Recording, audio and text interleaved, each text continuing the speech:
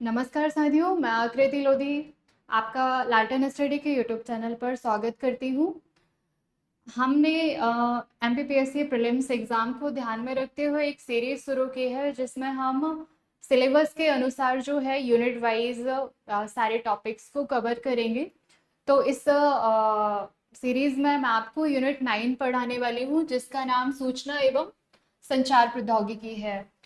मैं आपको बता दूं क्लास शुरू करने से पहले एमपीपीएससी सिविल सेवा परीक्षा के अलावा जिस भी परीक्षा में कंप्यूटर से संबंधित प्रश्न पूछे जा रहे हैं, आप उन सभी परीक्षा वाले जो स्टूडेंट्स हैं वो इस क्लास को ले सकते हैं, क्योंकि कंप्यूटर से यही सारे क्वेश्चंस, यही सारी चीज़ें जो है हर एग्ज़ाम्स में आती हैं। तो हम आगे बढ़ते हैं।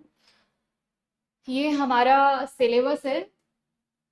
ये एमपीपीएससी सिविल सेवा प्रारंभिक परीक्षा का सिलेबस है। ये हमारी यूनिट 9 है। सिलेबस में यूनिट 9 का नाम है हमारा सूचना एवं संचार प्रौद्योगिकी, जिसमें ये कुछ टॉपिक हैं। इन टॉपिक को हम क्लास बाय क्लास कवर करेंगे। हमारे पहले पॉइंट का नाम है कंप्यूटर का आधारभूत ज्ञान, इलेक्ट्रॉनिकी, सूचना एवं संचार प्रौद्योगिकी, robotics, artificial intelligence, cyber security, e governance, internet तथा सोशल नेटवर्किंग प्लेटफॉर्म्स।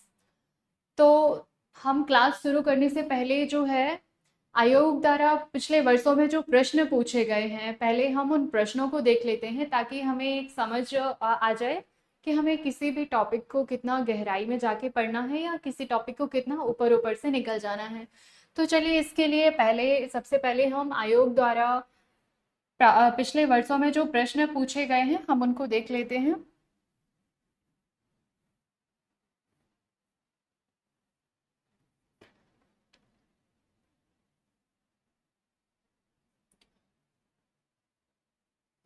तो ये हमारा पहला प्रश्न रहा। ये आयोग द्वारा सिविल परीक्षा में ही पूछे गए हैं। कंप्यूटर में जहाँ एसेसरीज जुड़ती है उसे कहते हैं, तो उसे जो है बस कहते हैं। ठीक है। हमारा नेक्स्ट क्वेश्चन है, कंप्यूटर निम्न में से कौन सा कार्य नहीं करता है? तो इस प्रश्न का हमारा उत्तर है अंडरस्टैंडिंग। नेक्स्ट क्वेश्चन देखते हैं, निम्नलिखित में से कौन सी कंप्यूटर की भाषा नहीं है? तो बेसिक, सी प्लस प्लस, जावा, ये सारी हमारे कंप्यूटर की भाषाएं हैं, पर जो पेंट ब्रश है वो कंप्यूटर की भाषा नहीं है। तो इस प्रश्न का उत्तर डी होगा। नेक्स्ट क्वेश्चन है, भारतीय सुपर कंप्यूटर का जनक कौन कहलाता है? तो हमारे श्री विजय भाटकर जी भारत में सुपर कंप्यूटर के जनक कहलाते हैं। हमारा नेक्स्ट क्वेश्चन है, निम्नलिखित में से कौन सबसे बड़ा, सबसे तेज एवं सबसे महंगा कंप्यूटर है? तो हमारे इस प्रश्न का उत्तर होगा सुपर कंप्यूटर। हमारा नेक्स्ट प्रश्न है, बाइनरी भाषा कितने अंकों से बनी है? तो बाइनरी भाषा जो है 2 अंकों से बनी है, 0 और 1। नेक्स्ट क्वेश्चन है हमारा, न्यूनतम मेमोरी साइज की इकाई। तो इसमें ऑप्शन है हमारी केबी, एमबी, जीबी और टीबी। तो इन ऑप्शन के हिसाब से हमारा सबसे छोटा जो मेमोरी यूनिट है वो केबी है। नेक्स्ट क्वेश्चन देखते हैं, एक बाइट में कितने बिट्स होते हैं? तो एक बाइट बराबर होता है हमारा 8 बिट। तो हमारा सही उत्तर है ऑप्शन बी। नेक्स्ट क्वेश्चन देखते हैं, वीडियो कॉन्फ्रेंसिंग हेतु निम्नलिखित में से कौन सा डिवाइस अनिवार्य है?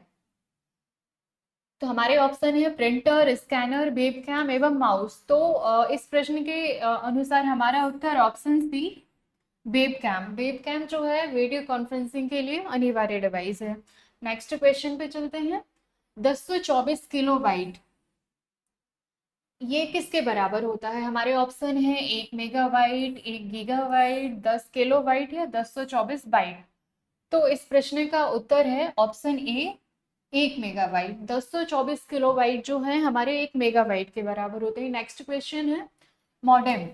मॉडेम परिवर्तित करता है, ऑप्शन ए एनालॉग सिग्नल को डिजिटल सिग्नल में, ऑप्शन बी डिजिटल सिग्नल को एनालॉग सिग्नल में। तो जो हमारा मॉडेम है ये दोनों काम करता है, एनालॉग सिग्नल को डिजिटल में परिवर्तित करता है और डिजिटल सिग्नल को एनालॉग में। तो हमारा सही उत्तर होगा ऑप्शन सी, ए तथा बी दोनों। नेक्स्ट क्वेश्चन पे चलते हैं। एक प्रकार की माध्यमिक मेमोरी कौन सी नहीं है? माध्यमिक memory that means secondary memory.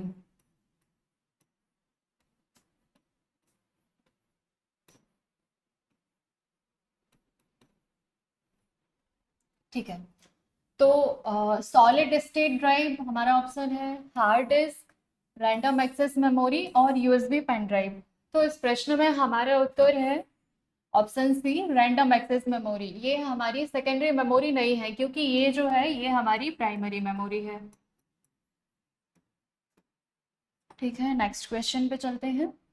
USB port को किस वर्ष प्रस्तावित किया गया था? तो इस प्रश्न का उत्तर जो है 1996। हमारा नेक्स्ट क्वेश्चन है, माउस, जॉयस्टिक और ट्रैक बॉल ये उदाहरण है।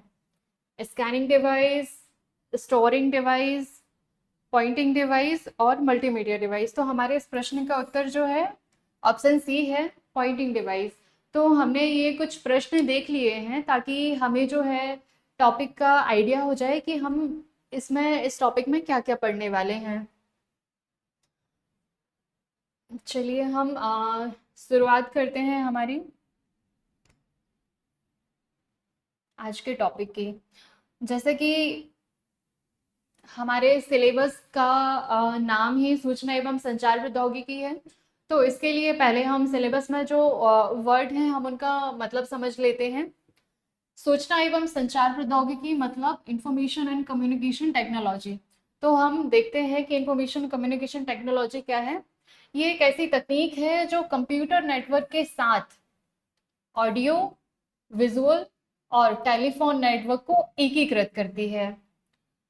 आईसीटी जो है उसके बाद हम आगे बढ़ते हैं, हम देखते हैं सूचना।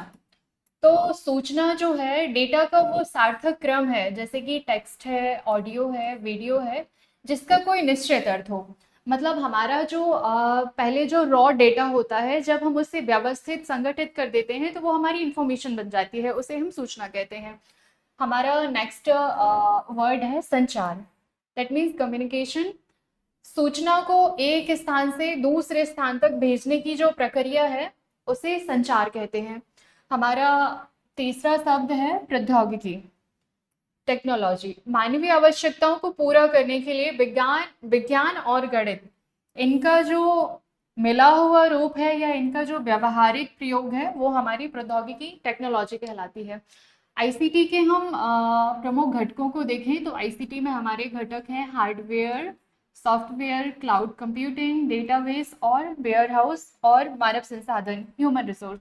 ये हमारे आईसीटी के घटक हैं। अब सिलेबस के शब्दों का अर्थ जानने के बाद अब हम अपना पहला पॉइंट शुरू करते हैं, जिसका नाम है कंप्यूटर का आधारभूत ज्ञान। तो हम सबसे पहले देखेंगे कि जो हमारा कंप्यूटर है, वो जो कंप्यूटर शब्द है वो हमारे लैटिन शब्द कंप्यूटर या फिर जो हमारा अंग्रेजी शब्द है कंप्यूट, इससे लिया गया है, जिसका अर्थ होता है गणना करना। इसीलिए जो है हम कंप्यूटर को गणक यंत्र भी कहते हैं। कंप्यूटर एक स्वचालित इलेक्ट्रॉनिक मशीन है जिसमें हम अपरिष्कृत आंकड़े देकर प्रोग्राम के नियंत्रण के द्वारा उसे अर्थपूर्ण सूचनाओं में परिवर्तित करते हैं। मतलब इसे हम ऐसे समझते हैं, जो हमारा कंप्यूटर है उसे हम पहले उसमें जो है हम डेटा इनपुट करेंगे। उसमें हम रॉ रॉ डेटा, चलिए पहले देखते हैं, ये हमारा रॉ डेटा है, उसे हम व्यवस्थित करेंगे और वो बन जाएगा हमारा इंफॉर्मेशन।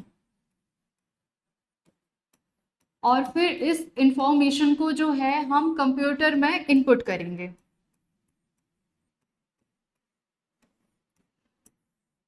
हम कंप्यूटर में इस इंफॉर्मेशन को इनपुट कैसे करेंगे? इसको हम इनपुट डिवाइस के द्वारा, इनपुट डिवाइस हमारी चाहे कीबोर्ड हो, हमारा माउस हो, जॉयस्टिक हो, इन सब के द्वारा जो है हम कंप्यूटर को इनपुट देंगे।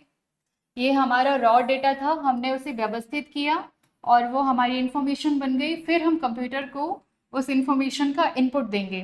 अब कंप्यूटर क्या करेगा? कंप्यूटर जो है उस इनपुट को प्रोसेस करेगा। और ये प्रोसेस कैसे करेगा? ये प्रोसेस वो सीपीयू के माध्यम से करेगा। और उसके बाद जब ये प्रोसेसिंग कर लेगा तो वो जो है हमें आउटपुट देगा। और ये आउटपुट जो है हमें कंप्यूटर की जो आउटपुट डिवाइसेस हैं, जैसे हमारा मॉनिटर हुआ, हमारा हेडफोन हुआ, हमारा लाउड स्पीकर हुआ, इन सब पे कंप्यूटर जो है डेटा को प्रोसेस करने के बाद हमें आउटपुट प्रदान करता है। तो ये जो है हमारा कंप्यूटर का आधारभूत ज्ञान है कि कंप्यूटर जो है हमें इंफॉर्मेशन उसमें हम इनपुट करते हैं, फिर वो प्रोसेस करता है सीपीयू के द्वारा और कंप्यूटर हमें आउटपुट देता है। चलिए हम आगे चलते हैं। हम जैसा कि हम जानते हैं, पुराने समय में जब कंप्यूटर लगभग बनना स्टार्ट हुआ था, फिर उसके बाद कंप्यूटर एक कमरे के बराबर हुआ करता था, और आज जो है कंप्यूटर ने एक कमरे से लेकर एक पॉकेट में आने तक का सफ़र तय कर लिया है। तो हम उस सफ़र को थोड़ा सा यहाँ सरसरी निगाहों से देखेंगे। 3000 वर्ष ईसा पूर्व जो है अ, अबेकस अबेकस का विकास हुआ था। इसे जो है दुनिया का पहला गणना यंत्र माना जाता है। उसके बाद 1642 में हमारे जो ब्लेज पास्कल जी हैं, इन्होंने पास्कल लाइन बनाया। ये पहला मैकेनिकल डिजिटल कैलकुलेटर था। हम आगे देखते हैं 1833 से 1837 के बीच में चार्ल्स वेबेज ने जो है एनालिटिकल इंजन बनाया था। और ये जो एनालिटिकल इंजन है, आज का जो हमारा कंप्यूटर है, उसकी जो प्रक्रिया है कि उसमें हमें इनपुट देना है, उसमें वो प्रोसेस करेगा, आउटपुट देगा, और जो है उस आउटपुट को वो अपने अंदर स्टोर भी करके रखता है मेमोरी। तो ये सारी जो अवधारणाएं थी उस एनालिटिकल इंजन में शामिल थी। वही हमारा आज का आधुनिक कंप्यूटर है। इसीलिए जो है हम इनको कंप्यूटर का पितामह कहते हैं, चार्ल्स बेबेज को। 1848 में एडा लवलेस, इन्होंने जो है दुनिया का पहला कंप्यूटर प्रोग्राम लिखा। 1890 में जो है एक व्यक्ति हैं हरमन होलोरेथ, इन्होंने जनगणना के लिए पंच कार्ड प्रणाली विकसित की, जो बाद में आईबीएम की नींव बनी। आगे देखते हैं 1936 में एलन ट्यूरिंग, इन्होंने यूनिवर्सल ट्यूरिंग मशीन का सिद्धांत दिया, जो आधुनिक कंप्यूटिंग का आधार बना। तो इन्हें एलन ट्यूरिंग को जो है आधुनिक कंप्यूटर का जनक कहा जाता है। नेक्स्ट पे देखते हैं हम 1946 में एनिएक जो है पहला सामान्य उद्देश्य वाला इलेक्ट्रॉनिक डिजिटल कंप्यूटर बना। आयोग द्वारा जो है पिछले वर्षों में एनिएक का फुल फॉर्म पूछ लिया गया है, इसलिए हम थोड़ा उसे अच्छे से देखते हैं। Electronic numerical integrator and compute, ये हमारे एनिएक का फुल फॉर्म है, इसे हमें ध्यान रखना है। फिर इसी विकास क्रम में ट्रांजिस्टर का विकास होता है, यूनिवैक। ये जो है ये हमारा पहला व्यावसायिक कंप्यूटर था। 1958 में इंटीग्रेटेड सर्किट, या उसे हम आईसी चिप या कंप्यूटर चिप कहेंगे, ये जैक किल्वी के द्वारा बनाई गई थी। 1989 में टिम बर्नर ली के द्वारा जो है डब्ल्यू डब्ल्यू का आविष्कार किया गया, वर्ल्ड वाइड वेब।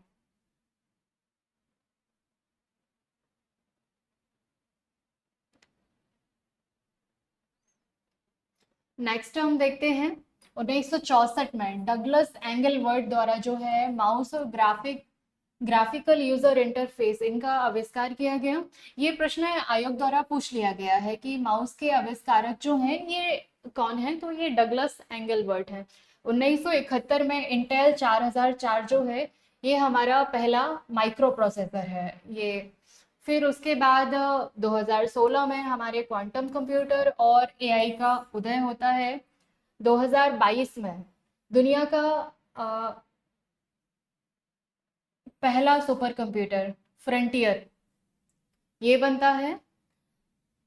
माफ कीजिए, इसको थोड़ा सा देखना पड़ेगा हमें।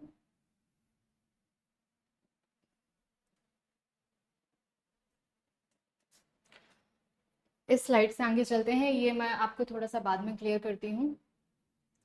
अगर हम भारत के संदर्भ में कंप्यूटर के विकास को देखें तो 1956 में कलकत्ता के भारतीय सांख्यिकी संस्थान में पहली बार जो है कंप्यूटर को इंस्टॉल किया गया। उस कंप्यूटर का नाम था HEC 2M। 1966 में जो है Tata institute of fundamental research द्वारा जो है भारत का पहला स्वदेशी कंप्यूटर बनाया गया। 1931 में परम ने जो है सी डेक के द्वारा पहला हमारा भारत का सुपर कंप्यूटर परम 8000 बनाया गया। इलेक्ट्रॉनिक 1970 में इलेक्ट्रॉनिक्स विभाग की स्थापना होती है। 1984 में जो है कंप्यूटर क्रांति की नींव रखी जाती है, हमारी कंप्यूटर नीति आती है। 1995 में जो है 15 अगस्त 1995 BSNL के द्वारा भारत में सार्वजनिक इंटरनेट सेवा की शुरुआत की जाती है। ये प्रश्न बहुत इंपॉर्टेंट है। वर्ष 2000 में जो है सूचना एवं ये IT एक्ट, ये प्रश्न जो है आयोग द्वारा विभिन्न अलग अलग एग्जाम में कई बार पूछ लिया गया है कि IT एक्ट जो है ये कब लाया गया या कब पारित किया गया। तो हमारा जो IT एक्ट है ये वर्ष 2000 में लेके लाया गया। और 2015 में भारत सरकार के द्वारा जो है डिजिटल इंडिया कार्यक्रम ये शुरू किया गया है। ओके, नेक्स्ट देखते हैं। ये एक स्लाइड है, इसमें विश्व में जो कुछ भी पहली बार कंप्यूटर से संबंधित चीजें हुई हैं उसको मैंने आपके लिए एक स्लाइड पे रखा है। विश्व का पहला गणना यंत्र, तो ये जो है ये अबेकस है। ये हमने फर्स्ट स्लाइड में देखा था। अबेकस क्या था? ये एक लकड़ी का यंत्र था जो कि गणना करने के लिए काम आता था।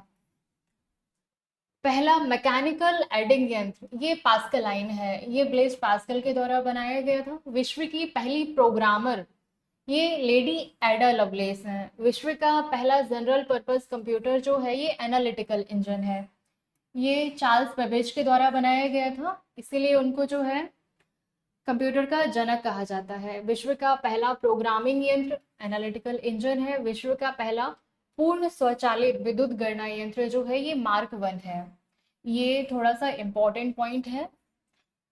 उसके बाद हम देखते हैं विश्व का पहला पूर्ण इलेक्ट्रॉनिक डिजिटल कंप्यूटर, ये हमारा ENIAC है। ये भी थोड़ा इम्पोर्टेंट पॉइंट है, आप इसे ध्यान रखिए। संग्रहित प्रोग्राम के आधार पर पहला कंप्यूटर जो है ये हमारा एडवेक है। विश्व का प्रथम व्यापारिक कंप्यूटर जो है ये हमारा यूनिवैक है। विश्व का प्रथम व्यावसायिक माइक्रो कंप्यूटर हमारा एप्पल है, एप्पल सेकेंड। और विश्व का प्रथम सुपर कंप्यूटर ये क्रे है। विश्व का पहला पोर्टेबल कंप्यूटर जो है ये ऑसबॉर्न है। IC चिप द्वारा जो है निर्मित प्रथम डिजिटल कंप्यूटर IBM सिस्टम है। ओके, हम आगे चलते हैं। कंप्यूटर की जनरेशन देखने से पहले हम थोड़ा सा कंप्यूटर के बारे में और देखते हैं। पहले हम जो है हमने देखा कंप्यूटर क्या है। उसके बाद एक सेकेंड, मैं आपको एक और इम्पोर्टेंट चीज़ दिखाती हूँ, थोड़ा सा आगे रहते हैं।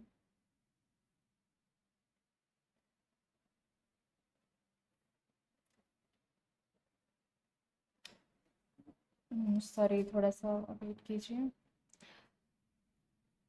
इस स्लाइड में एक इम्पॉर्टेंट बात हमारी रह गई है। कंप्यूटर जो है, हालांकि इसका फुल फॉर्म पूछा नहीं गया पर फिर भी एक बार हम देख लेते हैं। कंप्यूटर जो है कंप्यूटर के प्रत्येक वर्ड का एक फुल फॉर्म है। सी का वर्ड है, सी वर्ड का फुल फॉर्म कॉमन है, operating machine, particular, used for technological, education and research. इसको थोड़ा सा आप लोग ध्यान रख लीजिए, क्योंकि वैसे ये आयोग द्वारा अभी पूछा नहीं गया है पर भविष्य में आने की संभावना है, तो थोड़ा सा आप ध्यान रखिए। इसको हम ऐसा याद करते हैं।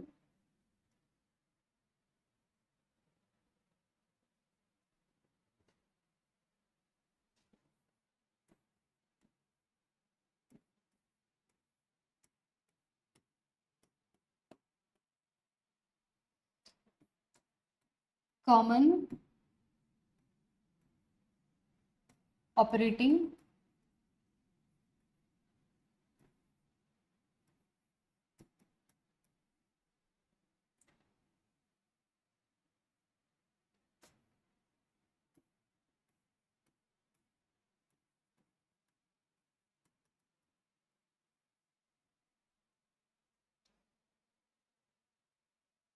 यही देखते हैं इसको। अगर हम याद करें तो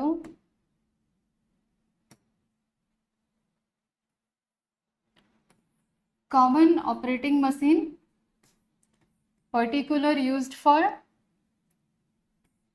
टेक्नोलॉजी, एजुकेशन एंड रिसर्च। आप इसको तीन पॉइंट में डिवाइड करके याद करेंगे तो ये आपको आसानी से याद हो जाएगा। Commonly operating machine particular use for technology, education and research. ठीक है,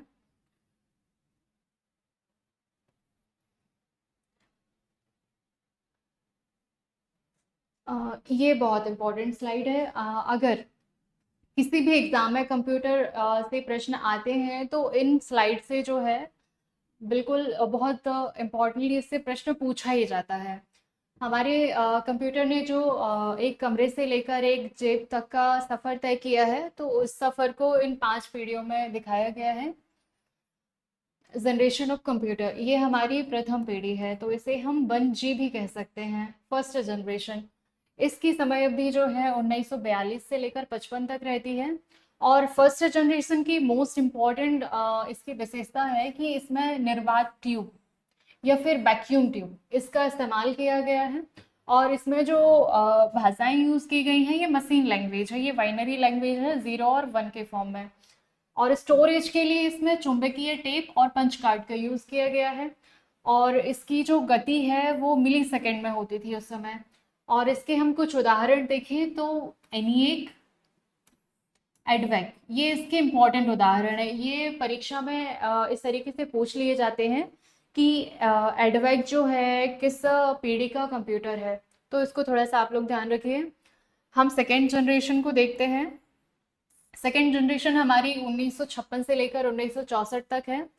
इसमें इसमें जो हमारी मुख्य तकनीक है, इसमें ट्रांजिस्टर का यूज़ हुआ है। जैसे हमारे फर्स्ट जनरेशन में वैक्यूम ट्यूब का यूज़ हुआ, हमारी सेकेंड जनरेशन में ट्रांजिस्टर, ये इम्पॉर्टेंट है। उसके बाद जब फर्स्ट जनरेशन में हमारी मशीन भाषा का प्रयोग हुआ, सेकेंड जनरेशन में असेंबली लैंग्वेज का प्रयोग हुआ। असेंबली लैंग्वेज जो है मशीन लैंग्वेज से थोड़ी सी आसान थी, क्योंकि उसमें निमोनिक का यूज़ करते थे। उसके अलावा फोर्ट्रान हुआ, कोबोल हुआ, ये सारी लैंग्वेजेस जो ये सारे भाषा और ये सेकेंड जनरेशन में यूज होने लगे। सेकेंड जनरेशन में स्टोरेज के लिए सेम वही चुंबकीय टेप का यूज होता था और डिस्क का यूज होने लगा। इसकी गति माइक्रो सेकेंड में हो गई। इसके उदाहरण देखें तो हम IBM 1401 और यूनिवैक, ये इम्पॉर्टेंट है, ये कई बार पूछ लिया जाता है कि यूनिवैक किस पीढ़ी का कंप्यूटर है। हमारे थर्ड जनरेशन है, इसे हम 3G भी कह सकते हैं। इसका समय पीरियड, इसका जो टाइम काल है वो 1965 से लेकर 75 तक रहा है। इसमें आके जो है इंटीग्रेटेड चिप, IC चिप का यूज़ होने लगा था, जो कि हमारे जैक किलबिजी द्वारा विकसित की गई है। इसमें सॉफ्टवेयर जो इसमें जो भाषाएं हैं, इसमें उच्च स्तरीय भाषाओं का प्रयोग होने लगा था। इसमें ऑपरेटिंग सिस्टम इसका यूज़ होने लगा था और स्टोरेज के लिए चुंबकीय डिस्क का। और जब हम इसकी गति की बात करें तो हमारी गति आपने देखा, पहले हम मिली सेकेंड थी इसकी गति, फिर माइक्रो, और अब जो है नैनो सेकेंड इसकी कंप्यूटर की गति आ गई। जैसे जैसे कंप्यूटर का आकार जो है घटता गया, उसकी गति जो है बढ़ती गई। इसके उदाहरण है IBM 360, PDP सेकेंड। हम फोर्थ जनरेशन देखते हैं, इसको हम 4G कह सकते हैं। एक बार आयोग द्वारा पूछा गया है कि 4G में G का मतलब क्या है, तो 4G में G का मतलब जो है जनरेशन है। ओके, इसकी समय अवधि जो है 1976 से लेकर 89 तक है। इसमें मुख्य तकनीक माइक्रो प्रोसेसर का यूज होने लगा। और उसके बाद VLSI, इसका आगे देखते हैं full form. Very large scale integration. इसमें सॉफ्टवेयर भाषाएं जो हैं, सॉफ्टवेयर यूनिक्स और भाषाएं जो हैं सी लैंग्वेज का यूज होने लगा। स्टोरेज के रूप में सेमीकंडक्टर मेमोरी इसमें यूज होने लगी और इसकी गति जो है पिको सेकेंड में। इसके उदाहरण देखें तो IBM PC और एप्पल PC। हमारी फिफ्थ जनरेशन 1990 से लेकर जो है वर्तमान तक हमारी फिफ्थ जनरेशन चल रही है। और हम जिस तरीके से कंप्यूटर के क्षेत्र में आगे बढ़ रहे हैं तो बहुत ही जल्द हमारी सिक्स्थ जनरेशन भी आने वाली है। उसे हम 6G के नाम से जानेंगे। इसमें माइक्रो प्रोसेसर हमारा फोर्थ जनरेशन में यूज होता था। इसमें ULSI इसका यूज होने लगा। सॉफ्टवेयर की जब हम बात करें, सॉफ्टवेयर और लैंग्वेजेस की बात करेंगे तो इसमें हाई लेवल लैंग्वेज ही यूज़ हो रही थी। और AI रोबोटिक्स के लिए जैसे कि लिस्प हुई, हमारी हमारी प्रोलॉग हुई, ये सब जो हमारी फिफ्थ जनरेशन की लैंग्वेजेस हैं। जब हम स्टोरेज डिवाइस की बात करेंगे तो इसमें स्टोरेज में ऑप्टिकल डिस्क, वर्चुअल मेमोरी। जब फिफ्थ जनरेशन में हम कंप्यूटर की गति देखें तो ये फेम्टो सेकेंड में इसको मापने लगे। और सुपर कंप्यूटर जो हैं फिफ्थ जनरेशन के उदाहरण हैं। तो ये जो हमने कंप्यूटर की 5 पीढ़ियाँ देखी, ये बहुत ज़्यादा इम्पोर्टेंट है। इनको आपको बहुत अच्छे से याद करके जाना है। इसमें आपको जो है इनके जो उदाहरण हैं इनको इम्पोर्टेंटली याद रखना है कि यूनिएक जो है हमारा प्रथम पीढ़ी का उदाहरण है, एडवेक प्रथम पीढ़ी का, यूनिवैक जो है ये हमारा द्वितीय पीढ़ी का उदाहरण है। IBM 360 जो है ये हमारा तृतीय पीढ़ी का उदाहरण है। और प्रथम पीढ़ी में जो है वैक्यूम ट्यूब का यूज हुआ, सेकेंड पीढ़ी में ट्रांजिस्टर का यूज हुआ, थर्ड में जो है IC चिप का यूज हुआ, हमारी फोर्थ जनरेशन में जो है हमारा माइक्रो प्रोसेसर यूज होने लगा है ना। ओके। हमारे फिफ्थ जनरेशन में अल्ट्रा लार्ज स्केल इंटीग्रेशन इसका फुल फॉर्म है।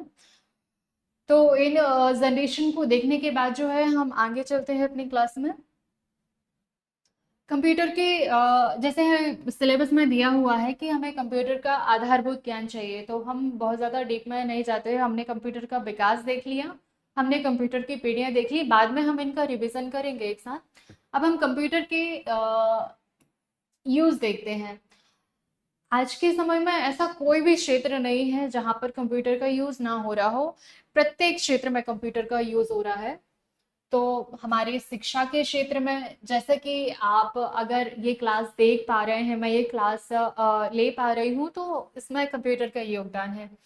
हमारे वैज्ञानिक अनुसंधान में, रेलवे, वायुयान आरक्षण में, बैंकिंग में, डिफेंस में, हमारे व्यापार में, प्रशासन में, चिकित्सा में, प्रकाशन में, संचार, मनोरंजन, चिकित्सा विज्ञान, हर कहीं जो है प्रत्येक क्षेत्र में कंप्यूटर का कहीं ना कहीं यूज हो रहा है। अ, अब हम इस स्लाइड में देखते हैं, इसमें कंप्यूटर के फंक्शन दिए हुए हैं। इसमें कंप्यूटर के फंक्शन यही हैं कि एक इंफॉर्मेशन होगी, हम उस इंफॉर्मेशन को कंप्यूटर में इनपुट करेंगे, वो कंप्यूटर उस इनपुट को प्रोसेस करेगा, प्रोसेस करने के बाद वो जो है हमें आउटपुट देगा। ये हम पहले भी देख चुके हैं। और उस आउटपुट तो देगा, वो हम देख लेंगे, और उसको जो है वो अपने अंदर स्टोर भी करके रखता है। तो ये उसके बेसिक फंक्शन है कि ये data output, data collection, data storage, data processing, यही उसके फंक्शन है। इनको हम अगर याद रखने के लिए देखें तो इनको हम I input, P processing, O output और एस स्टोरेज, इनको हम इस तरीके से याद कर सकते हैं। IPOS, इनपुट, प्रोसेस, आउटपुट और स्टोरेज। ठीक है, हम आगे चलते हैं। कंप्यूटर की विशेषताएं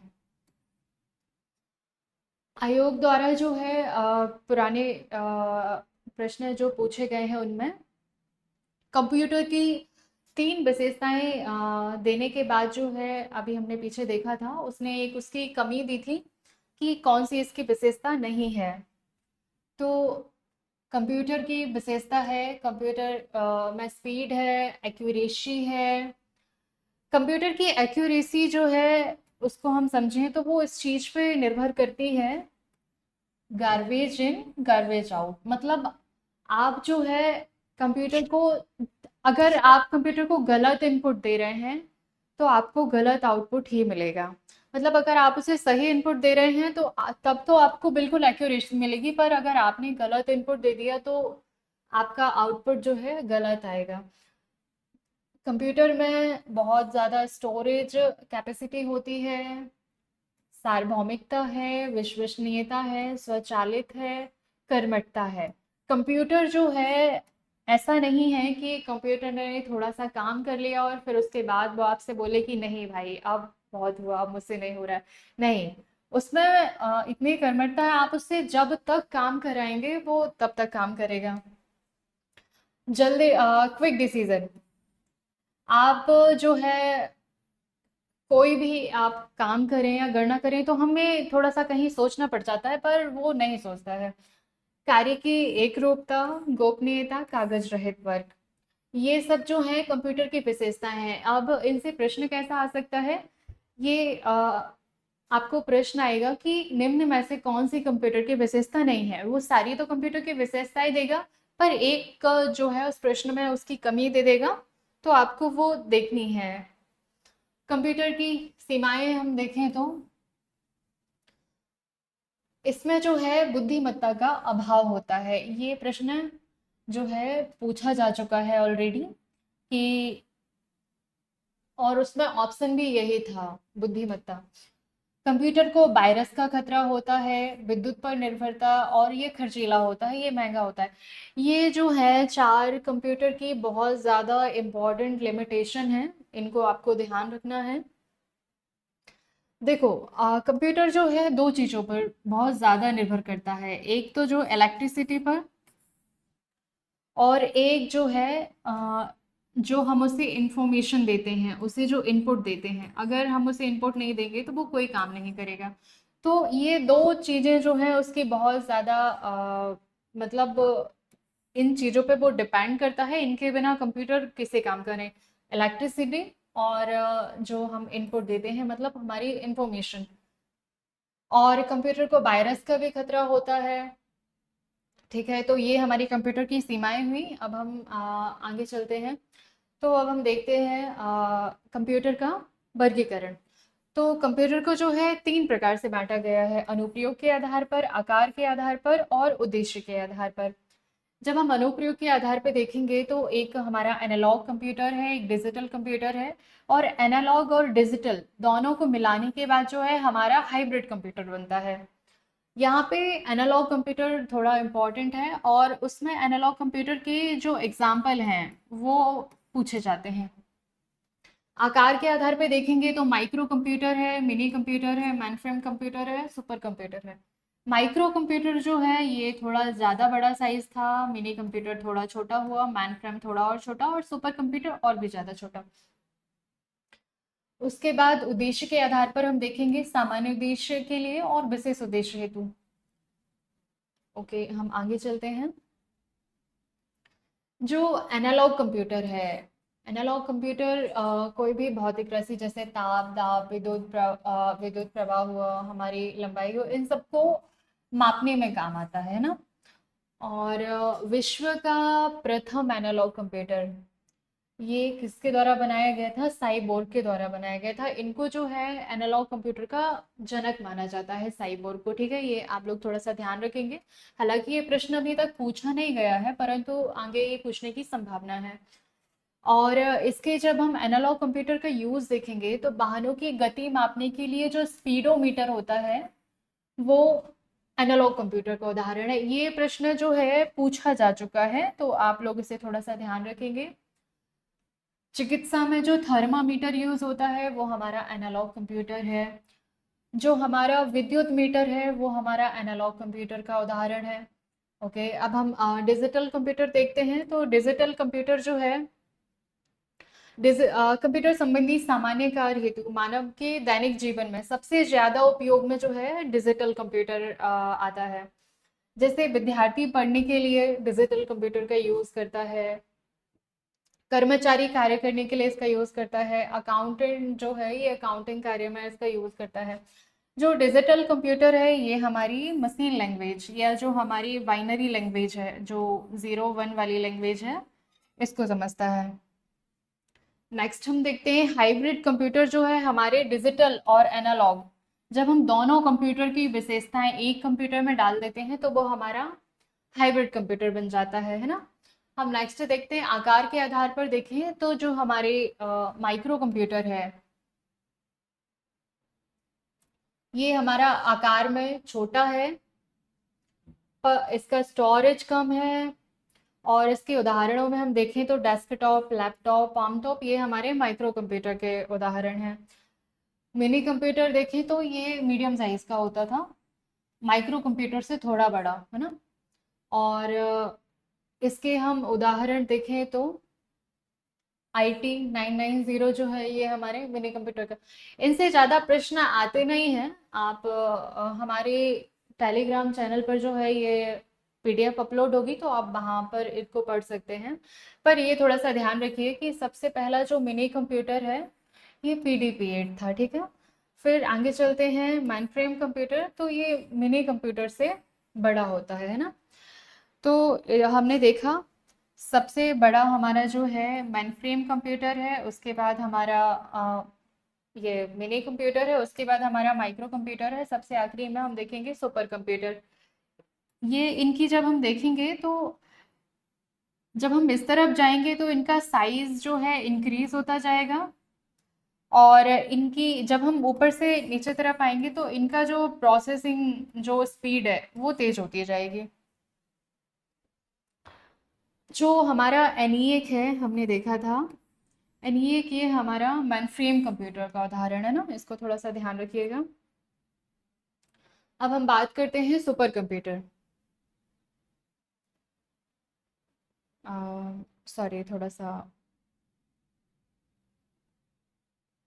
थोड़ी सी गलती हुई मुझे, थोड़ा सा मैं बताती हूँ। अ, ये जो सुपर कंप्यूटर है ये आकार में सबसे बड़ा है, जो माइक्रो कंप्यूटर है वो छोटा है। सुपर कंप्यूटर सबसे बड़ा है, फिर उसके बाद हमारा मेन फ्रेम कंप्यूटर है, फिर हमारा मिनी कंप्यूटर है, और फिर हमारा माइक्रो कंप्यूटर है।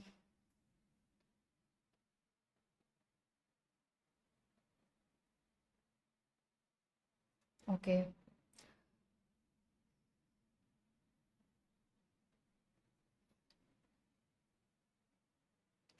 इनकी संग्रहण क्षमता और जो काम करने की गति है वो सर्वाधिक होती है, बाकी सभी कंप्यूटर से सबसे ज़्यादा होती है। और और ये सबसे महंगे भी होते हैं। इनकी जो गति होती है उसकी गणना जो है फ्लॉप में होती है। ये इम्पॉर्टेंट है। इनकी ये पूछा जाता है कि इसकी गति की गणना कैसे, तो ये फ्लॉप में होती है। और फ्लॉप का फुल फॉर्म भी पूछा गया है, तो फ्लॉप्स का फुल फॉर्म है फ्लोटिंग ऑपरेशन पर सेकेंड। ये इम्पॉर्टेंट है, थोड़ा सा आप लोग ध्यान रखिए, चाहे तो आप इसे कहीं नोट कर सकते हैं। फ्लोटिंग ऑपरेशन पर सेकेंड, ठीक है। इसका उपयोग देखें सुपर कंप्यूटर का तो वैज्ञानिक अनुसंधान में, मौसम अनुसंधान में, अंतरिक्ष अनुसंधान में, रक्षा संगठन, नाभिकीय संयंत्र, आनुवंशिक अभियांत्रिकी, यहाँ जो है सुपर कंप्यूटर का यूज होता है।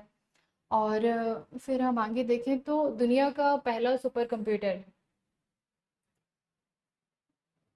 ये CDC 6600। जब हम आगे एक वो जो हमने इकट्ठा दिया हुआ था कि विश्व में प्रथम, तो वहां पर हमने देखा था कि जो क्रेवन है वो विश्व में प्रथम नहीं था, वो भारत में प्रथम है। वो थोड़ा सा आप लोग करेक्ट कर लीजिए। विश्व का प्रथम सुपर कंप्यूटर जो है ये CDC 6000 है ना। ये अमेरिकी सुपर कंप्यूटिंग कंपनी है एक। उस CDC कंट्रोल डेटा कॉरपोरेशन इनके द्वारा जो है 1964 में बनाया गया। और इस CDC 6600 को बनाने के पीछे जो मुख्य योगदान था ये सैमुअल क्रे का था। इसीलिए जो है सैमोर क्रे देखो, ये जो सुपर कंप्यूटर है सीडीसी, ये सुपर कंप्यूटर तो था, पर ये जो है ये सफल नहीं हो पाया। तो जो हमारा क्रे वन सुपर कंप्यूटर था, ये हमारा एक सफल सुपर कंप्यूटर था जो कि 1976 में बन के तैयार हुआ था, और ये भी सैमोर क्रे द्वारा ही बनाया गया था। इसीलिए जो है सैमोर क्रे को सुपर कंप्यूटर का जनक कहा जाता है ना। इसको आप लोग थोड़ा सा ध्यान रखिए। सुपर कंप्यूटर के निर्माण में सीआरसी क्रे रिसर्च सेंटर का जो है महत्वपूर्ण योगदान रहा है। और ये जो वाटसन है, ये आईबीएम के द्वारा विकसित किया गया सुपर कंप्यूटर है। ये भी थोड़ा सा आप लोग ध्यान रखिए कि वाटसन जो है आईबीएम के द्वारा बनाया गया है ना। थोड़ा सा रुकिए।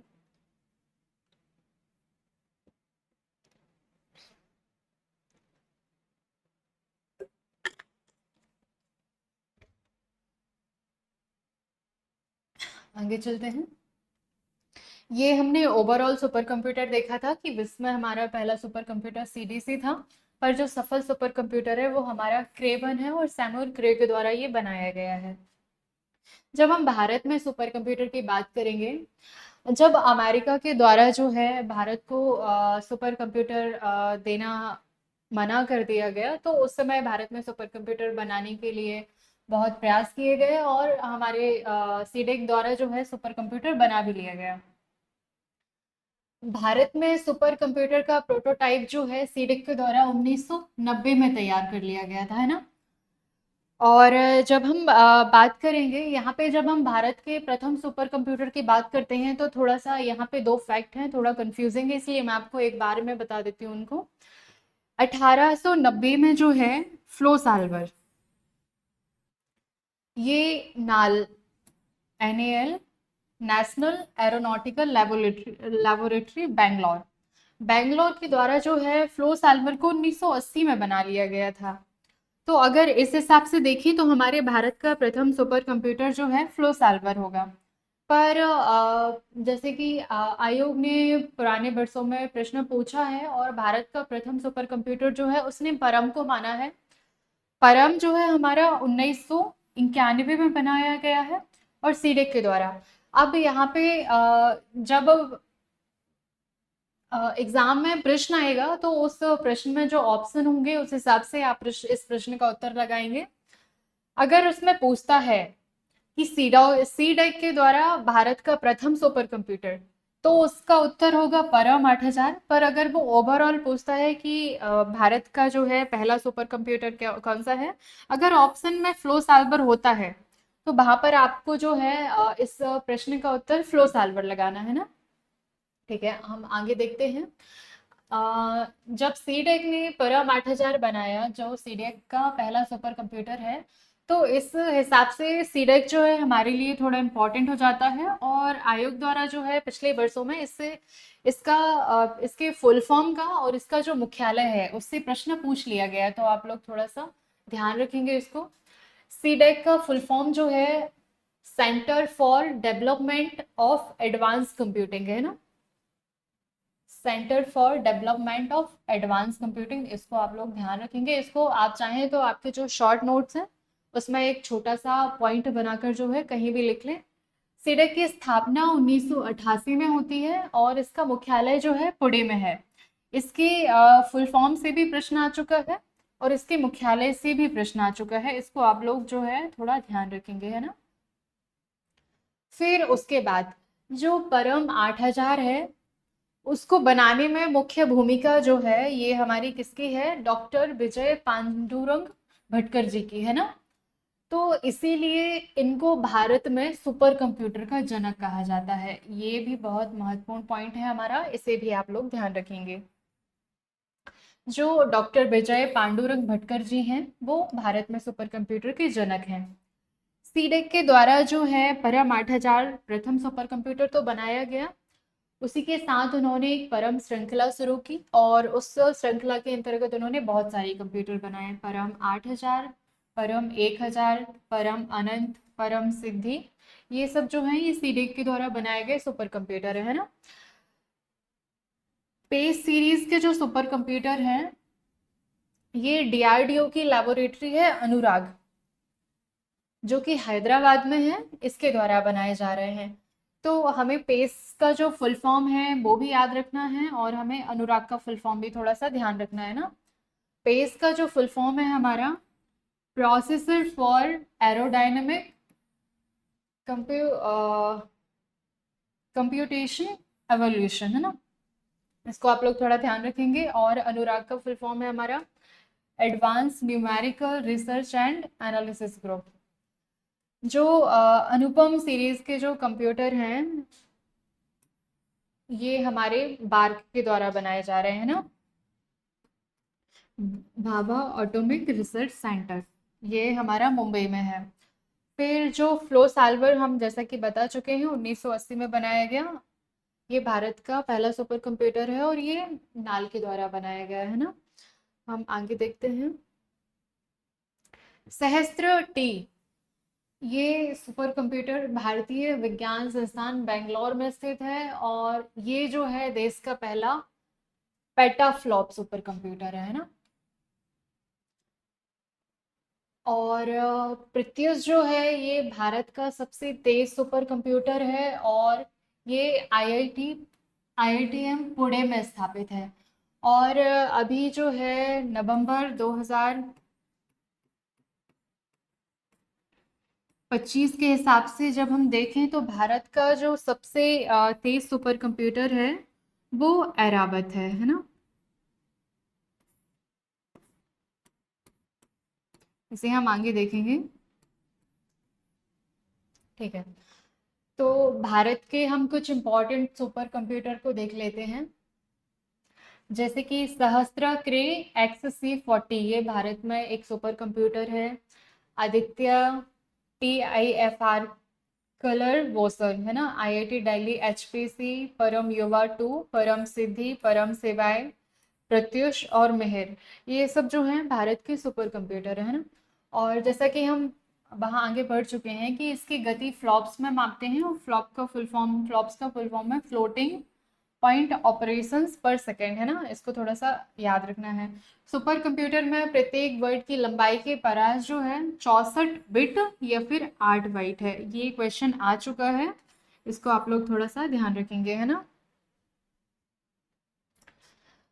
अब देखो, नवंबर 2025 में जो है विश्व के जो टॉप 500 फास्टेस्ट जो सुपर कंप्यूटर हैं उनकी एक लिस्ट जारी की गई है, जिसमें यूएसए का जो एल कैप्टन है ये सबसे तेज सुपर कंप्यूटर है ना। सेकंड जो है ये हमारा फ्रंटियर है, ये भी हमारा यूएसए का है। उसके बाद तीसरा जो है ऑरेरा है, ये भी यूएसए का है। और ये आप लोग देख लीजिएगा, हम स्लाइड ये पीपीटी जो पीडीएफ हमारा है हमारे टेलीग्राम चैनल पर अपलोड होगा जब। पर पहला तो आप लोग याद रखिए ही कि एल कैप्टन जो है ये विश्व में अभी प्रेजेंट टाइम पे सबसे तेज सुपर कंप्यूटर है।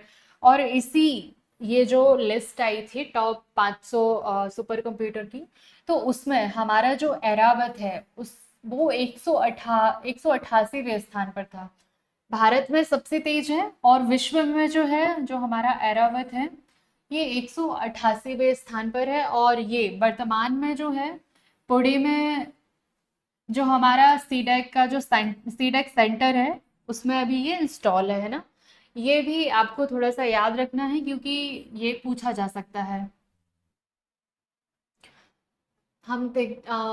ये अब हमारे उद्देश्य के आधार पे कंप्यूटर हैं, सामान्य पर्पस और विशिष्ट पर्पस।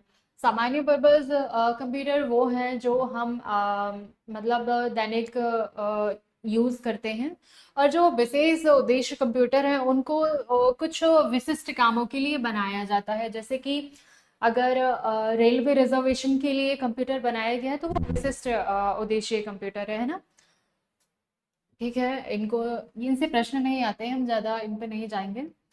और ठीक है, ये प्रश्न हम देख चुके हैं। ये एक इम्पॉर्टेंट पॉइंट है, ये आयोग द्वारा पूछ लिया जा चुका है। भारत का प्रथम कंप्यूटर साक्षर जिला, तो ये जो है हमारा ये मलप्पुरम है, ये केरल में है। और उसके बाद भारत में पहला साइबर ग्रामीण केंद्र जो है ये कर्नाटक राज्य में संचालित हुआ है। ये दोनों पॉइंट आपको थोड़ा सा ध्यान रखना पड़ेगा। आगे चलते हैं। देखो, जो हमारे यहाँ कंप्यूटर का विकास हो रहा है, उस विकास को लेके सरकार के जो प्रयास हैं, तो उन प्रयासों में एक बहुत ही इम्पोर्टेंट प्रयास आपका राष्ट्रीय सुपर कंप्यूटिंग मिशन है ना, जो कि भारत सरकार के द्वारा 2015 में लॉन्च किया गया था। और इसकी जब हम नोडल मंत्रालय देखेंगे तो विज्ञान एवं प्रौद्योगिकी विभाग है। इलेक्ट्रॉनिक्स और सूचना प्रौद्योगिकी मंत्रालय इसके नोडल मंत्रालय हैं। और इसकी जो कार्यान्वयन एजेंसियां हैं, तो ये हमारा उन्नत कंप्यूटिंग विकास केंद्र पुणे है, और मतलब हमारा सीडेक। उसके बाद भारतीय विज्ञान संस्थान, ये बैंगलोर है। ये हमारी इसकी कार्यान्वयन एजेंसियां हैं।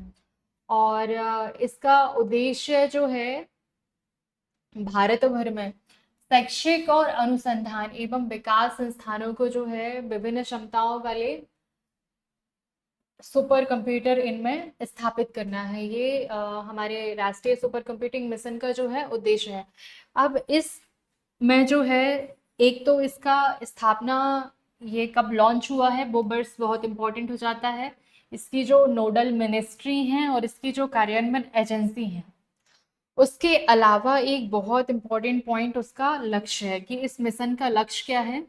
तो इसका लक्ष्य जो है 2030 तक उच्च प्रदर्शन कंप्यूटिंग में लगभग पूर्ण आत्मनिर्भरता प्राप्त करना, और 2026 तक, मतलब जो अभी हमारा वर्ष चल रहा है, उसमें 90 पेटाफ्लॉप से अधिक की जो है कंप्यूटिंग क्षमता स्थापित करना। ये हमारा बहुत इंपॉर्टेंट है। अगर आयोग का मन हुआ और उसने इस मिशन से अगर प्रश्न बनाया, तो आजकल आयोग जो है प्रश्न को थोड़ा सा वाक्य फॉर्मेट में दे रहा है। वो चार, उस प्रश्न में सेंटेंस दे रहा है और उसमें एक कोई गलत सेंटेंस हमें चूज करना है, तो उसमें ये दे सकता है ना आपको कि इस मिशन का लक्ष्य क्या है। 2030 तक जो है उच्च प्रदर्शन कंप्यूटिंग में हमें लगभग पूर्ण आत्मनिर्भरता प्राप्त करना है, और 2026 तक जो है 90 पेटाफ्लॉप से अधिक की कंप्यूटिंग क्षमता स्थापित करना है। इसे हम ध्यान रखेंगे। और जैसे कि ये मिशन जो है 2015 से चल रहा है, तो इस मिशन के अंतर्गत अभी तक क्या क्या उपलब्धियां हो चुकी हैं, इस चीज को भी हमें ध्यान रखना है। ये बहुत जरूरी है ना। तो हम इसकी उपलब्धियां देखते हैं। और जैसे कि ये सुपर कंप्यूटर के लिए मिशन है, तो जो हमारी नोडल मिनिस्ट्री है और जो हमारी कार्यान्वयन एजेंसी है, उनने बहुत सारे सुपर कंप्यूटर जो हैं अलग अलग शैक्षिक संस्थाओं में, जैसे कि उसका उद्देश्य था कि हमें जो है शैक्षिक और अनुसंधान में सुपर कंप्यूटर को स्थापित करना है। तो उन्होंने बहुत सारे शैक्षिक और अनुसंधान जो संस्थान है, वहाँ पर अलग अलग सुपर कंप्यूटर जो हैं स्थापित कर किए जा चुके हैं। तो जब इस मिशन का जो पहला चरण था, पहले चरण में जो है ये 4 सुपर कंप्यूटर जो है इंस्टॉल किए गए थे। पहला हमारा परम शिवाय सुपर कंप्यूटर है। ये आईआईटी बीएचयू में स्थापित किया गया है। देखो, जैसे अगर आपको इसे याद रखना है, तो आईआईटी बीएचयू जो है ये बनारस में है। और बनारस में जो है ये बाबा काशी की नगरी है, शिव हमारे तो आप उसे ऐसे याद रख सकते हो कि जो परम शिवाय है ये हमारे बाबा काशी की नगरी बीएचयू बनारस में है। ठीक है। परम शक्ति जो है ये हमारा आईआईटी खड़गपुर में है, इंस्टॉल किया गया है। जो हमारा परम ब्रह्म है, ये हमारा आईआईएससीआर पुणे में इंस्टॉल किया गया है। जो परम संगणक है, ये हमारा Jawaharlal Nehru centre for advance research में इंस्टॉल किए गए। ये चारों हमारे सुपर कंप्यूटर जो हैं, ये हमारे पहले चरण में इंस्टॉल किए गए हैं ना। तो एक बार आयोग द्वारा ऐसा पूछ लिया गया है। एक तरफ उसने ये चारों नाम दिए थे, परम शिवाय, परम शक्ति, परम ब्रह्म, परम संगणक। और दूसरी जगह जो है उनकी संस्थाएं दी थी कि ये किस संस्था में इंस्टॉल हैं। तो आपको ये थोड़ा सा ध्यान रखना है। परम सेवाएं जो है ये हमारा बीएचयू में है, आईआईटी बीएचयू।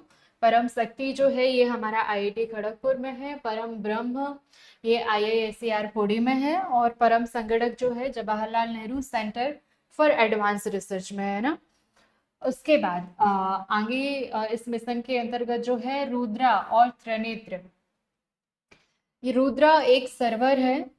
इनका विकास जो है, इनका विकास किया गया है रुद्रा और त्रिनेत्र। और जो परम रुद्रा है, हाल ही में 3 स्वदेशी परम रुद्रा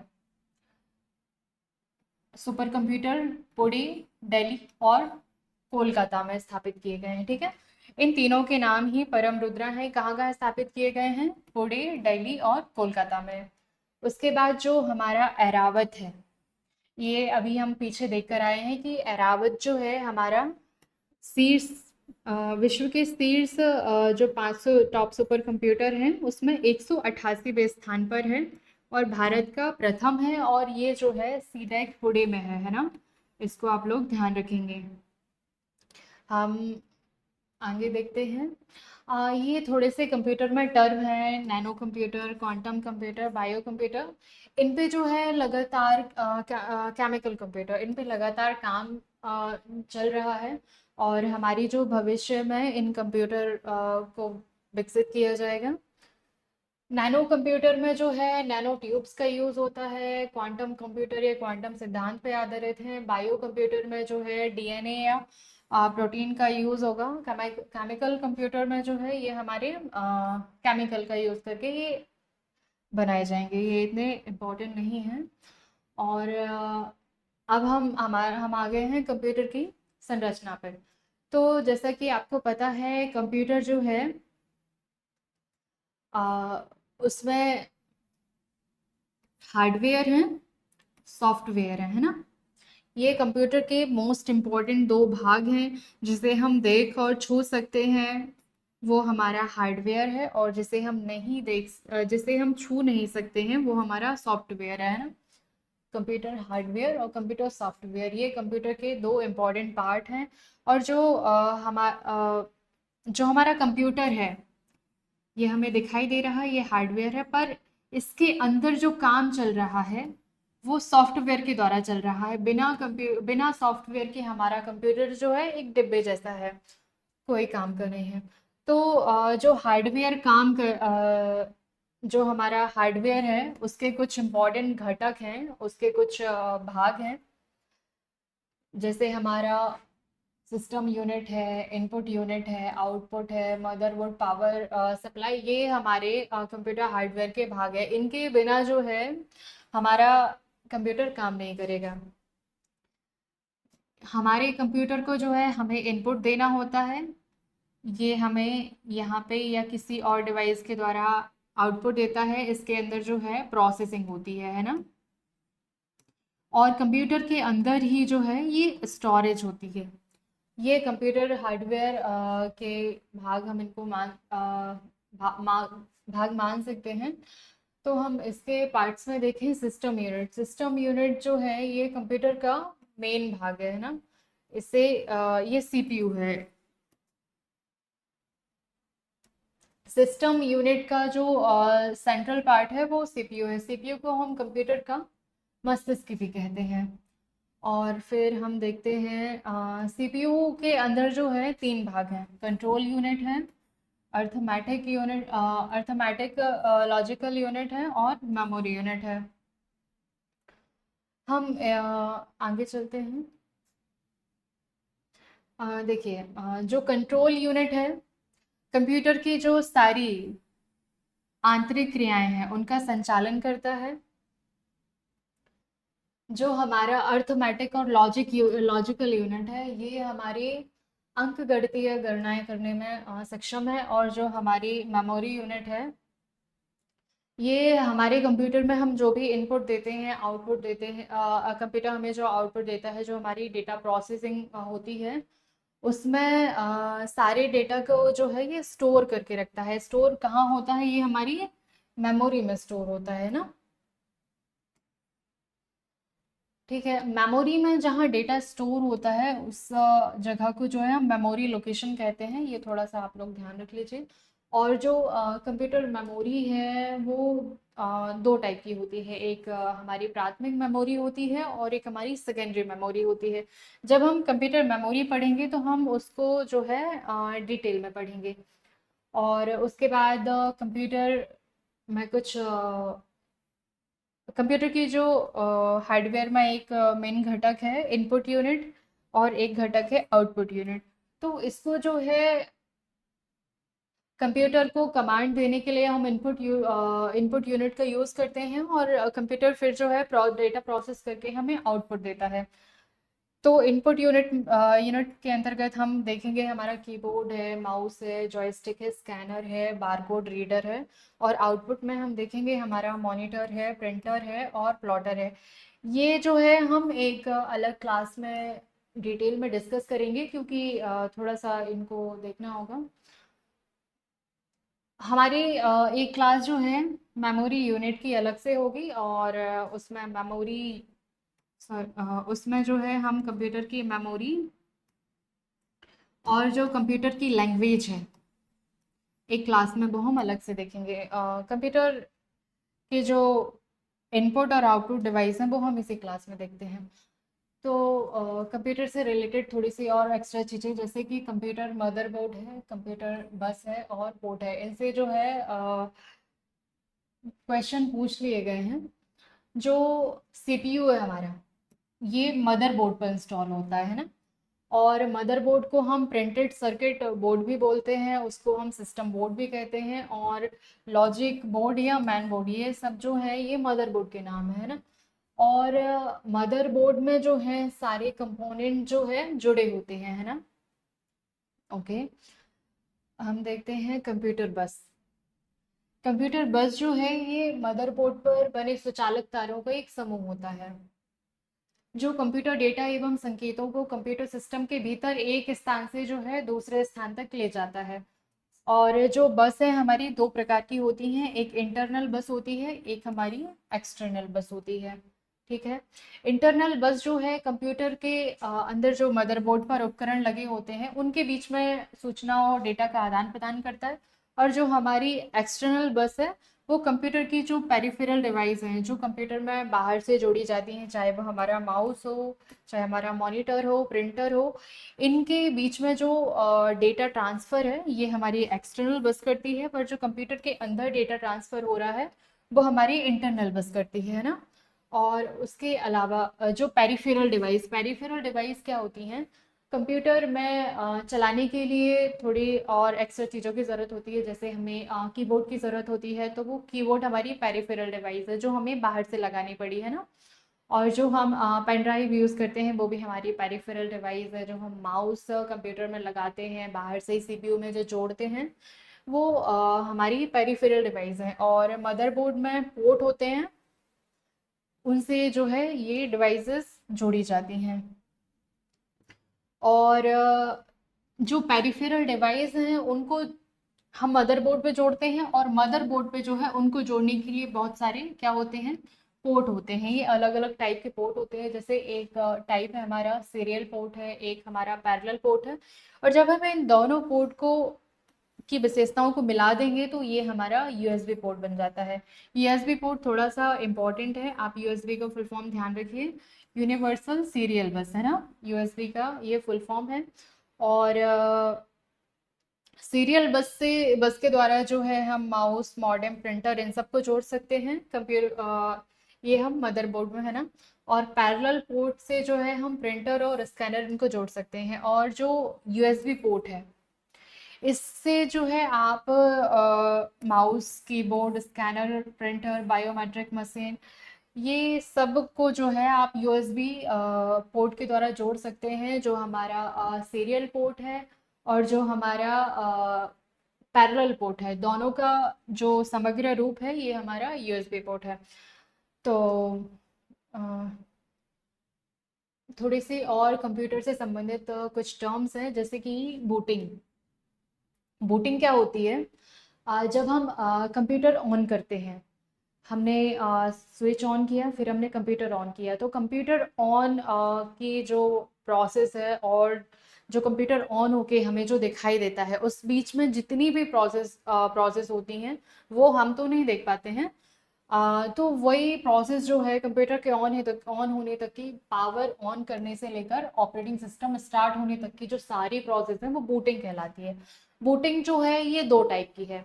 कई बार क्या होता है, हम कंप्यूटर चलाते चलाते जब थोड़ा सा कई बार वो हैंग भी करने लग जाता है, तो हम चलाते हुए फिर उसके बाद जो हम उसे रीस्टार्ट करते हैं एक बार, तो जब हम उसे रीस्टार्ट करते हैं तो वो वॉर्म बूटिंग होती है। पर जो कंप्यूटर ऑल पहले से बंद है और हम उसे बस नए सिरे से चालू कर रहे हैं, तो वो कोल्ड बूटिंग होती है। ये थोड़ा सा इम्पोर्टेंट है, ये ऑलरेडी प्रश्न आ चुके हैं वॉर्म बूटिंग और कोल्ड बूटिंग से, तो है ना, तो ये ध्यान रखिए। जब कंप्यूटर स्टार्ट होता है और उस प्रोसेस को हम बूटिंग कहते हैं ना, तो उस बूटिंग प्रोसेस में जो है एक बायोस और ये पोस्ट, ये दोनों प्रोसेस उसके अंदर होती हैं। तो बायोस का फुल फॉर्म जो है ये पूछ लिया गया है, आप लोग थोड़ा सा इसे ध्यान रखेंगे। इसका मतलब है बेसिक इनपुट आउटपुट सिस्टम, है ना। और बायोस जो है हार्डवेयर के अंदर प्रोग्राम किया गया एक सॉफ्टवेयर होता है ना। मदरबोर्ड पर रोम या फिर फ्लैश मेमोरी चिप में ये स्टोर होता है बायोस, है ना। और ये जो पोस्ट है, पोस्ट का फुल फॉर्म है हमारा पावर ऑन सेल्फ टेस्ट, ठीक है। ये क्या करता है, जब हमारा कंप्यूटर ऑन होता है तो उसमें जितने भी हार्डवेयर होते हैं उन सब की जांच करता है कि सब सारे हार्डवेयर चीज़ें ठीक हैं, सब सही हैं, कंप्यूटर सही से काम कर रहा है। ये कंप्यूटर ऑटोमेटिक करता है, तो उसे हम क्या बोलते हैं, पावर ऑन सेल्फ टेस्ट, ठीक है। उसके बाद एक होता है हमारा ब्रिज। ये क्या करता है, जो हमारा ऑपरेटिंग सिस्टम है और जो हमारा हार्डवेयर है उनके बीच में जो है ये पुल का काम करता है, ठीक है। और हम आगे चलते हैं, plug and play. Plug and play क्या होता है, जैसे हमारा जो कंप्यूटर है उसमें हमने जो हमारा सीपीयू है उसमें जो पोर्ट होते हैं, उसमें हमने मान के चलो हमारे माउस को ज्वाइन किया, और तुरंत जो है हमारे स्क्रीन पे ऐसा एरो माउस का दिखने लगता है। मतलब हमें और कोई प्रोसेस नहीं करनी है, हमने जैसे उसको प्लग किया और वो एक्टिव हो गया, है ना। जैसे हमने कीबोर्ड को हमने पोर्ट से ऐड किया और हमारा कीबोर्ड जो है ये चालू हो जाता है, हम कोई भी बटन प्रेस करेंगे तो वो काम करेगी। तो यही चीज जो है प्लग एंड प्ले है, ठीक है। कंप्यूटर की जो इनपुट आउटपुट डिवाइस हैं हम इसी क्लास में फटाफट चलिए देख लेते हैं। जो इनपुट डिवाइस हैं हमारी माउस है, कीबोर्ड है, वेबकैम है, टच स्क्रीन है, जॉयस्टिक है, माइक्रोफोन है, ऑप्टिकल पेन। यहाँ आप देख सकते हैं ये माउस है, ये कीबोर्ड है, ये वेबकैम है। ये जो है हमारे वीडियो कॉन्फ्रेंसिंग में काम आता है। जब हम प्रीवियस ईयर क्वेश्चंस देख रहे थे तो ये प्रश्न हमें मिला था, है ना। ये टच स्क्रीन है, जैसे कि हम इस बोर्ड पे कुछ लिख पा रहे हैं तो ये उसी के थ्रू हो रहा है। जॉयस्टिक है, ओके। फिर हम कुछ आउटपुट डिवाइस देखते हैं, जैसे हमारा मॉनिटर है। ये जो स्क्रीन आप देख पा रहे हो ये मॉनिटर है ना। हमारा स्पीकर हुआ, प्रिंटर हुआ, प्रोजेक्टर हुआ, हेडसेट हुआ, प्लॉटर हुआ। अब जो आउटपुट डिवाइस हैं उनको हम दो तरीके से देख सकते हैं, एक सॉफ्ट कॉपी आउटपुट डिवाइस और एक हार्ड कॉपी, है ना। जैसे कि जो हमारा प्रिंटर और प्लॉटर है ये हमारे हार्ड कॉपी आउटपुट डिवाइस हैं। जो हमारा मॉनिटर है ये सॉफ्ट कॉपी आउटपुट डिवाइस है। आगे चलते हैं। इनपुट डिवाइस वही है कि आप जो इंफॉर्मेशन है वो आप कंप्यूटर को कैसे देते हैं, आप किस डिवाइस से देते हैं, वो हमारी सारी इनपुट डिवाइस है ना। जैसे कि देखो अभी तक आयोग किस तरीके से प्रश्न पूछता है कि निम्न में से कौन सी इनपुट डिवाइस नहीं है या है ना। तो हमें बस उनके नाम याद रखने हैं, बहुत ज़्यादा डिटेल में नहीं जाना है। कीबोर्ड है, माउस है, स्कैनर है, ट्रैक बॉल है, जॉयस्टिक है, लाइट पेन है, और उसके बाद टच स्क्रीन है, टच पैड है, डिजिटल कैमरा है, हमारा वीडियो कैमरा है, वेब कैमरा है, और ये बायोमेट्रिक सेंसर है। ये थोड़ा सा इंपॉर्टेंट है, इनको आप थोड़ा सा याद रखिए। क्यूआर कोड रीडर है, ये स्पीच